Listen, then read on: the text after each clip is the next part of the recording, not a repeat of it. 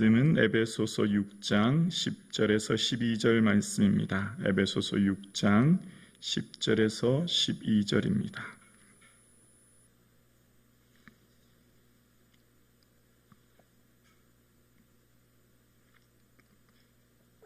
우리 함께 한 목소리로 합독하시겠습니다. 끝으로 너희가 주 안에서와 그 힘의 능력으로 강건하여지고 마귀의 관계를 능히 대적하기 위하여 하나님의 전신갑주를 입으라. 우리의 씨름은 혈과 육을 상대하는 것이 아니요 통치자들과 권세들과 이 어둠의 세상의 주관자들과 하늘에 있는 악의 영들을 상대함이라. 아멘. 지피지기면 백전백승이란 말이 있습니다. 전쟁을 치룰 때 적을 알고 나를 알면 100번 싸워서 100번 이길 수 있다. 그런 한자성어죠. 그런데 또한 자중질환이라는 말이 있습니다. 같은 편끼리 싸우면 망하게 된다라는 것입니다. 오늘날 하나님께서 세우신 두 개의 기관, 친히 세우신 기관이 있다면 바로 가정과 교회이지요. 그런데 오늘날 세워진 가정과 교회는 사단이 노리는, 무너뜨리려고 하는 가장 관심 있는 곳이 바로 가정과 교회입니다. 가정을 깨트리고 교회를 깨트려서 더 이상 하나님의 백성들의 삶이 황폐해지도록 평강의 은혜를 누리지 못하게 하는 것이지요. 그래서 오늘을 살아가는 저와 여러분의 삶에 하나님께서 교회를 향해 어떤 것을, 무엇을 원하시는지, 또 오늘 본문을 통해 하나님 친히 세운 교회는 어떤 눈, 그러니까 세상을 보는 눈이 있어야 되는지를 가르쳐주고 있는데요. 그것은 바로 하나님께서 세우신 교회, 그리고 가정은 하나님의 백성으로서의 삶을 분명히 기억해야 되는데, 그것은 주 안에서 그 힘의 능력으로 강건해져야 된다라고 하는 첫 번째, 건강해야 된다는 겁니다. 영적인 건강, 육적인 건강도 중요하지만 영혼의 건강함을 이야기하는데, 주 안에서 그 힘이 뭘까요? 구체적으로 힘이 어떤 것인지는 기록하지 않았습니다. 근데 저는 제 개인적으로 생각할 때 이 힘은 평강의 힘이라 생각합니다. 주님께서 부활하실 때 너희에게 평강이 있을지어다 말씀하셨지요. 이 평강은 저는 두 개로 기둥으로 구성되어져 있다. 그냥 제 개인적으로 한번 생각해 봅니다. 평강의 하나의 기둥은 자족의 은혜입니다. 자족의 은혜. 어떤 형편에 있든지 자족하는 것, 어떤 형편에 있든지 기뻐하는 것, 어떤 형편에 있든지 감사하는 것. 그러니까 이 평강의 은혜가 있으면 세상이 흔들지 못하는 거죠. 세상의 외부적인 어떤 것들이 그를 흔들지 못하는 겁니다. 또한 이 평강의 은혜가 있는 사람은 고난을 이기는 힘이 있다 생각합니다. 이 기둥에 서 있는 사람은 어떤 외부적인 환난, 곤고, 고난이 와도 결코 흔들 수 없는, 그래서 예수님 주신 이 평강의 은혜를 누리는 자들은 어떻게 누릴 수 있습니까? 주님께 나오는 자에게 이 은혜를 주시는 줄로 믿습니다. 주님께 성령이 충만하고 능력이 임하는 것, 오직 성령이 주시는 그 능력 안에 하나님 주시는 여러 은사와 열매와 또 기도할 때 주시는 풍성한 은혜의 마지막, 저는 최고봉이 이 평강의 은혜라 생각해요.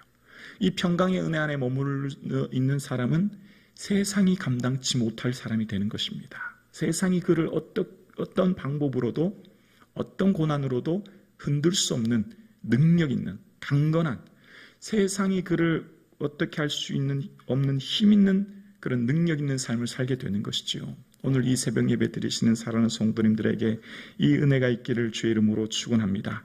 예수 그리스도 안에서 그 힘의 능력, 그 평강의 능력으로 주님 주시는 은혜 안에 충만한 은혜가 있기를 주의 이름으로 축원합니다. 그러면 이제 그 평강의 은혜 가운데 충만한 은혜 안에 거하는 자들에게 주님께서 말씀하시기를, 얘들아, 너희들이 살아가는 인생살이 가운데 인생의 모든 일들은 그 배후를 볼 수 있는 눈이 있어야 해 라고 얘기하시는 거예요. 너 지금 만나는 그 사람이 너의 마음 고렵게 하니 너 만나는 그 사람이 너를 힘들게 하니? 너를 만나야 하는 그 사람이 너를 고통스럽게 하니? 아니란다. 그게 아니야 라는 것을 오늘 본문이 이야기하는 것입니다. 그래서 오늘 본문에서는 우리의 대상이 누구인가를 분명히 봐야 된다는 것입니다. 우리가 이 세상을 살아갈 때 가정이라고 하는 공동체를 무너뜨리려고 하고 교회라고 하는 공동체를 무너뜨려서 하나님께서 세우신 이 두 기관을 무너뜨림으로 더 이상 복음이 증거되지 않고 생명이 흘러가지 않도록 생명이 막히도록 하고 그래서 모든 생명이 무너뜨림으로 절망케 하고 패역케 만드는 그 배후는 사람이 아니라는 겁니다. 하나님을 대적하는 마귀의 세력인 것을 볼 수 있어야 된다라고 하는 겁니다. 그래서 12절에 우리의 씨름은 이라고 시작하죠. 이 씨름은 일반적으로 사도 바울이 쓸 때 이 씨름이라는 표현은 레슬링이란 말이 좀 더 맞을 것 같습니다. 우리 한국 민속 씨름은 두 사람이 이렇게 넘어뜨리면 끝나는 거지만 그레코 로만 시대 레슬링은 이렇게 뒤집어서 한번 이렇게 거꾸로 뒤집고 이런 걸 레슬링 아시죠?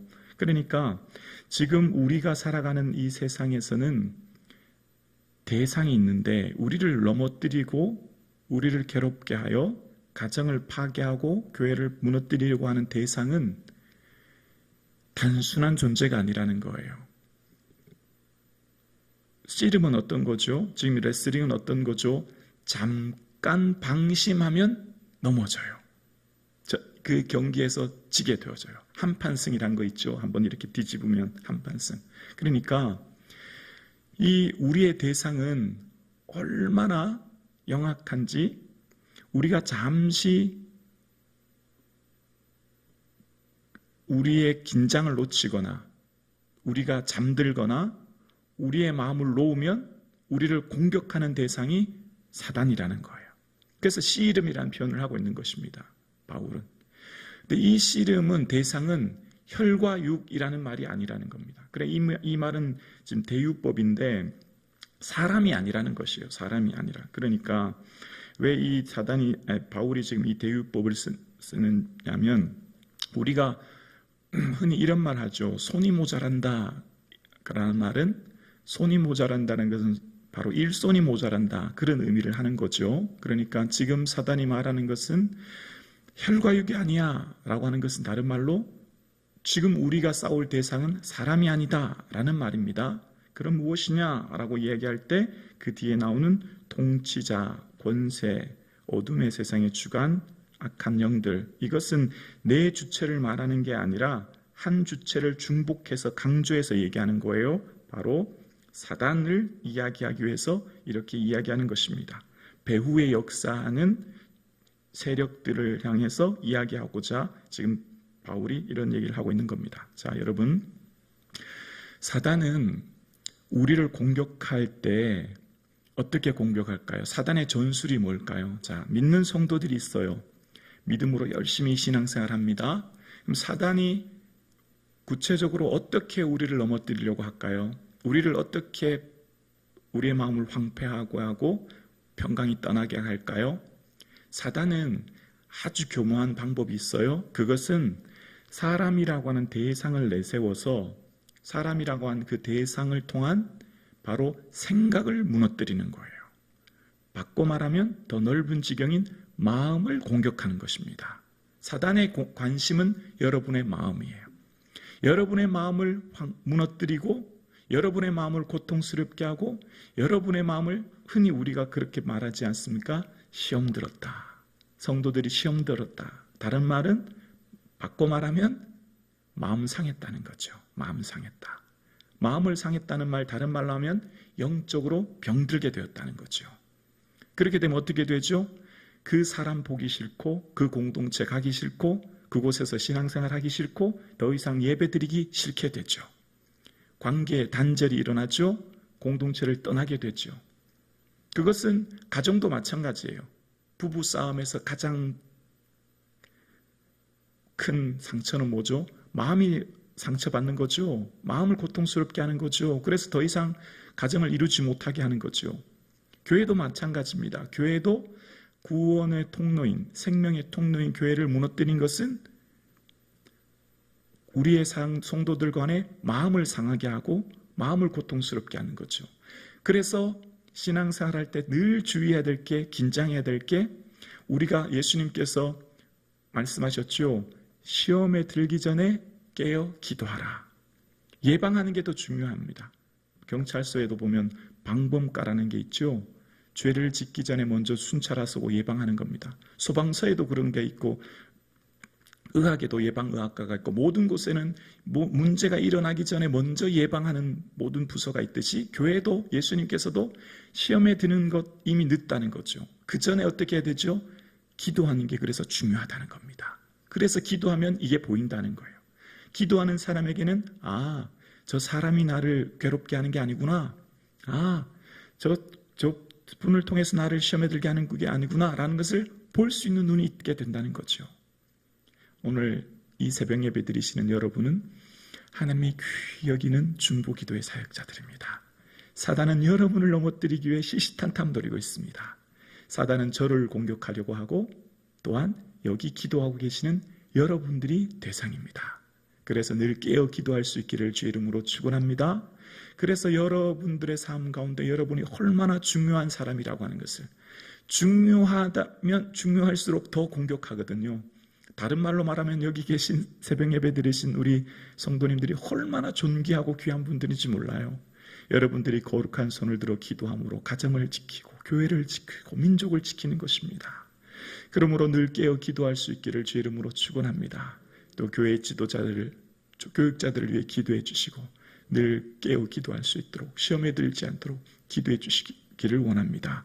그래서 오늘 예배 드리시는 사랑하는 성도님, 지금 여러분의 마음에 평강이 없다면 다시 한번 주님의 은혜를 사모할 수 있기를 주의 이름으로 축원합니다. 주여, 예수님 더욱 사랑하게 해주시고 예수님 사랑함으로부터 주시는 이 평강의 은혜가 충만키를 원합니다. 이것이 오늘 우리의 기도 제목 되기를 주님의 이름으로 축원합니다.